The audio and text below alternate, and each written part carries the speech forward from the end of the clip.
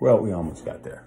At 20, hopefully that one posts, but I didn't realize my storage was almost full. So I thought that shit went to the cloud. Anyway, so Shep ends up going to get coffee, another task for Frank. And he gets lost in the hallways because we all know how hospitals are. They're like evil corridors. Stupid smile on his face, holding coffee when April dies.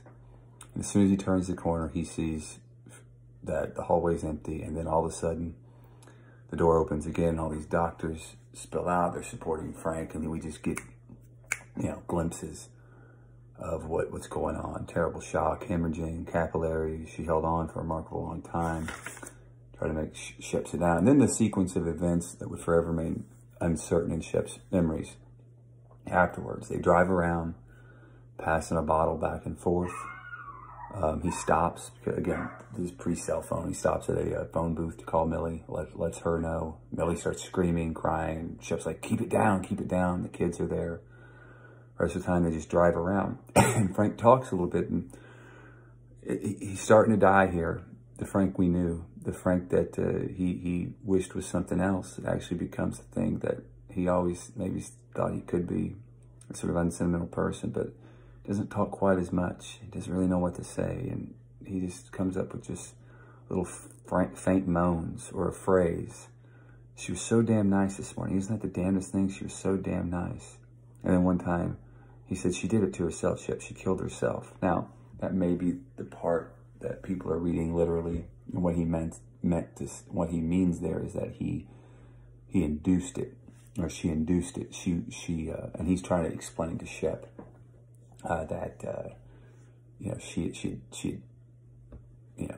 induced the miscarriage on purpose when he says she killed herself. And Shep this is just a brutal line. How much would he ever know about how much or how little it had to do with himself? Always sort of makes this selfish curly cue back to them. Anyway, Millie waits as they get home, and Frank's sort of out in the living room, and she goes in to talk with Shep, kind of keeping it down. He tries to tell her what's going on. He's like, she did it to herself. She gave herself an abortion. She tried to. How awful. Why would she do that? Anyway, they go back outside, and Frank isn't there. Revolutionary Hill Estates had not been designed to accommodate a tragedy. What a wonderful phrase that is. And I don't know, you can extrapolate that phrase and put it to, Yeats truly thought, one of the reasons he named the Revolutionary Hill Estates was to sort of invoke that idea of the revolutionary spirit of 1776, the beginnings of this country, which at 1955 he thought had ground to a halt. That spirit, that individualist spirit, he thought it just had become, all these things we've talked about in the book so far. And you take it a step further, you just wonder, are there cultures or there countries better equipped to handle, like they say here, tragedies? It always makes me think of the way that when something terrible happens in this country, where it's not supposed to, and maybe it seems like it happens more now. I don't know. I mean, I don't get into stats or whatever. Usually the American instinct is to sort of bulldoze it and tear that shit down, and then put up something new, so we forget. Sort of like the way we did in Temporary Matter. Just get rid of the, when nobody's looking, just get rid of the baby carriage and all this stuff. There's countries out there that still have, in Europe, who still have walls with bullet holes in them from World War II, sort of make those things last. But anyway, we at least we still keep our fast food restaurant templates like the same, even if you don't know it's even if it's no longer a Burger King, you can tell it used to be a Burger King. Anyway, this neighborhood is just incredible. All these pastel and white houses, uncurtained windows, cheerful. He's running down the streets in desperate grief, and this does not look normal in this land, right? Everything's proud and nice and neat, and you just have this guy running down, sprinting, and he gets the only house, he saw his house, the only house that was darkened. The lights weren't on.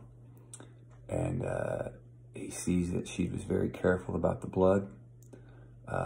She actually confined it all to the bathroom. 2 heavy towels soaked in crimson were close to the tub. And then he can hear her talk at this point. Remember, that's you know, a lot of this book is these conversations between Frank and April that take place in Frank's head. And she's still a spirit here to him. I thought that'd be the simplest way to handle it. I thought you could just wrap the towels up in a newspaper, and he's imagining her telling him this. He's imagining her tell him this if she'd lived. I mean, I just wanted to get out of sight. And his head continued to ring the sound of her voice set to work. And now she's basically, he's cleaning up the mess as she talks him through it. There, you see, fine? Didn't get on the rug? Good. How could she be dead when the house was alive with the sound of her and the sense of her? Even when he had finished the cleaning, there was nothing to do but walk around and turn out the lights and turn them off again. Even then, her presence was everywhere, as real as the scent of her dresses in the bedroom closet. Remember, we'd seen the power of those objects, the concrete objects the day before that he associates with her. And not just something you can touch, but something you could even smell, sensory details. It was only after he'd spent a long time in the closet embracing it closed, he was back to the living room and found the note she left him on the desk. He barely had time to read it before the Campbells show up. And he hides. Where does he go? He hides in the closet with her clothes, surrounded by her. Frank, you here? They walk through the rooms looking for him. Finally, they leave. He comes out of hiding holding the note. But once that happens, April's voice no longer spoke to him. And I take that to mean forever. And this is when Frank dies too, at least Frank as we know him. He tries to recapture it, whispering words for him to say, and this thing that he had such a knack of doing is imagining, you know, to his fault, wrongly a lot of times, these conversations, and they had it all wrong. And it's gone. He can't do it anymore. The voice is gone, and Frank changes.